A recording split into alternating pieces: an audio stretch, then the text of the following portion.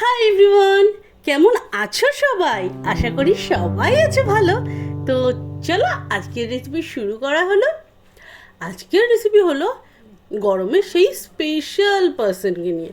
হ্যাঁ, যে গরমের সময় আসে সুন্দর সুন্দর তাজা তাজা লম্বা মোটা পটল, সেই পটলকে নিয়ে। যদি এরকম স্বাস্থ্যবান পটল বাড়ি আসে তবে একবার তো বানিয়ে ফেলা যায় পটলের দোলমা। তবে অনেকেই আছো বানানোর ঝামেলার জন্য বিয়ে বাড়িতেই খেয়ে সন্তুষ্ট হও। তবে কি জানো তো, পটলের দোলমা বাড়িতে সঠিকভাবে বানাতে পারলে দারুণ লাগে, জমে যায় দুপুরের খাবার। তো সেই জন্য আজকে নিয়েছি তোমাদের সামনে আমার খুব পছন্দের একটা রেসিপি। বেসিক্যালি পটলের যে দিকটা বোটা থাকে সেই দিকটা হালকা করে ফেলে দিয়ে পুরো পটলের ছোকলাটা ছুলে দিতে হয়। পটলের নিচের অংশটা ছোকলাটা প্রথমে রেখে দেবে। তারপরে বলছি কি করতে হবে। এরপরে যত পাতলা বাড়িতে চামচ আছে সেই চামচ নিয়ে নাও। চামচের পেছন দিয়ে খুব হালকা হাতে পটলটাকে ফুটো করে ঘুরিয়ে ঘুরিয়ে বের করে নাও যতটা পারো। আমি এখানে দেখিয়ে দিচ্ছি পটলের শেষ মাথা অব্দি ফুটো করে পটলের আটিগুলো বের করে নিয়েছি আমরা। দেন তারপরে নিচের যে একদম নিচের অংশটা সেটা হালকা করে ছোকলাটা ফেলে দিয়েছি। প্রথমে ছোকলা ফেললে হয়, তবে রাখলে যদি কোনোভাবে বেশি ফুটো করা হয় পটল, সেক্ষেত্রে সাপোর্টে কাজে লাগে। তো দেখে নাও আমি কতটা পটলকে কেটেছি, অর্থাৎ পটলের ভিতর ফুটো করেছি, চামচটা প্রায় এতটা ঢুকে গেল। তো সুতরাং পটলের শেষ অবধি ফুটো করে বের করে নেওয়া হয়েছে বাকি অংশ। তবে এখানেই কিন্তু লড়াই শেষ নয়। এরপরে একটা বাটিতে জল নিয়ে ভালো করে পটলটাকে ধো। ভিতরে যে আরও আটি থেকে যদি যায়, ধরো তোমরা ভিতরে যখন চামচ দিয়ে খুঁচিয়েছো সেই সময় যদি কোনো আটি না বেরিয়ে আসে, জলে দেওয়ার পরে ওই আটিটা বেরিয়ে আসে। এরপরে কি করব, একটা তেল দেবো, তাতে পটলটাকে ভাজবো। বেসিক্যালি তোমার পটলের যে দোরমা হয় সেটা কাঁচা পটলের মধ্যে পুর ভরে করা হয়। তবে সেই ক্ষেত্রে অসুবিধা যেটা হয়, পটল ম্যাক্সিমাম টাইম ভাজতে গেলে মুখ থেকে মশলাটা বেরিয়ে যায় এবং সেই সময় পটলে মশলা ভরতে গিয়ে ফেটেও যায়। এরকম নানা অসুবিধা হওয়ার কারণে আমার মা ইনোভেট করেছে এই ধরনের একটা রেসিপি। রেসিপির সাথে তেল পটলের রেসিপির অনেকটা মিল তোমরা খুঁজে পাবে। ও, তোমরা দেখোনি তেল পটলের রেসিপিটা? আমি ডেসক্রিপশনে লিঙ্ক দিয়ে দিচ্ছি, তোমরা চেক করে নাও। আশা করি সেটাও তোমাদের খুব পছন্দ হবে। তো পটলকে ভেজে নিয়েছি ভালো করে চারিদিক থেকে ঘুরিয়ে ঘুরিয়ে। এরপরে কি করব, চিংড়ি মাছটাকে ভেজে নেব। অবভিয়াসলি পটলের দোলমায় চিংড়ি মাছটা কম্পালসারি, এখানে অপশনাল বলে কিছু নেই। যেটুকু দেখাচ্ছি যেমনভাবে দেখাচ্ছি সেভাবে যদি ট্রাই করে থাকো, তাহলে তোমাদের পটলের দোলমা কখনো ফাটবে না বা মুখ থেকে কখনো মশলা বেরিয়ে তেল নোংরা বা পটল ভাজতে কোনো অসুবিধা হবে না। আমি কথা দিচ্ছি, এটা আমার গ্যারেন্টি। যদি তোমরা এভাবে করে সাকসেসফুল না হও, তাহলে অবশ্যই কমেন্ট বক্সে এসে আমাকে যা বলবে আমি মেনে নেব। আর যদি প্রপার এইভাবে তৈরি করে থাকো এবং তোমাদের ভালো লাগে, কমেন্ট বক্সে একবার কিন্তু আমাকে জানিও, আমি অপেক্ষায় থাকবো। দেন মশলাটা তৈরি করতে হবে, যেটা পটলের মধ্যে ভরবো। তার আগে বলে রাখি, একটা আলু সেদ্ধ করতে দিয়ে দাও। কড়াইতে দিয়ে দাও পেঁয়াজ বাটা, আদা রসুন লঙ্কা, যেটা দেখালাম আমি পেস্ট করেছি সেটা। এরপরে জিরের গুঁড়ো, ধনের গুঁড়ো, এরম জাতীয় মশলা তোমরা দিতে পারো। যদি মনে করো দেবে না, সেক্ষেত্রে নাও দিতে পারো। দিয়ে দাও সেদ্ধ আলু, সেটাকে ভালো করে চটকে নাও। মশলার সাথে একদম ভাজা ভাজা করতে হবে।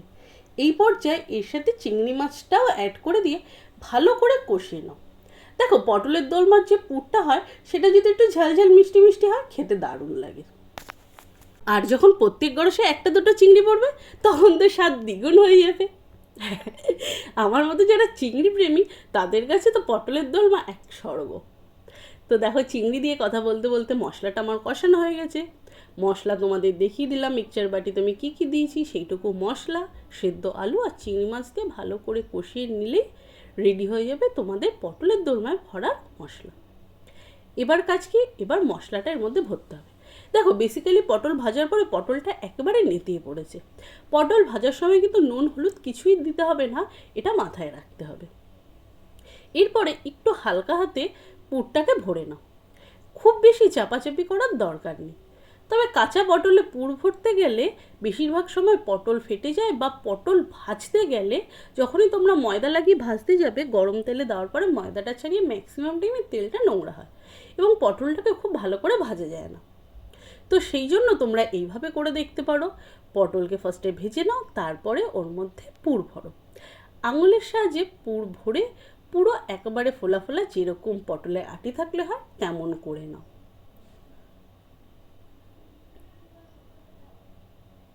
হাতে পড়লে দু একটা চিংড়িও গুজে দিতে পারো পটলের মধ্যে। বেসিক্যালি আমাদের রোগা পাটকা পটলটাকে একেবারে প্রেগনেন্ট পটল বানিয়ে দিতে হবে। তো দেখো কি সুন্দর হৃষ্টপুষ্ট পটল লাগছে। কে বলবে এই পটলের পোস্টমর্টম করা হয়েছিল, তার পেট থেকে নাড়ি ভুড়ি সব বের করে দেওয়া হয়েছে?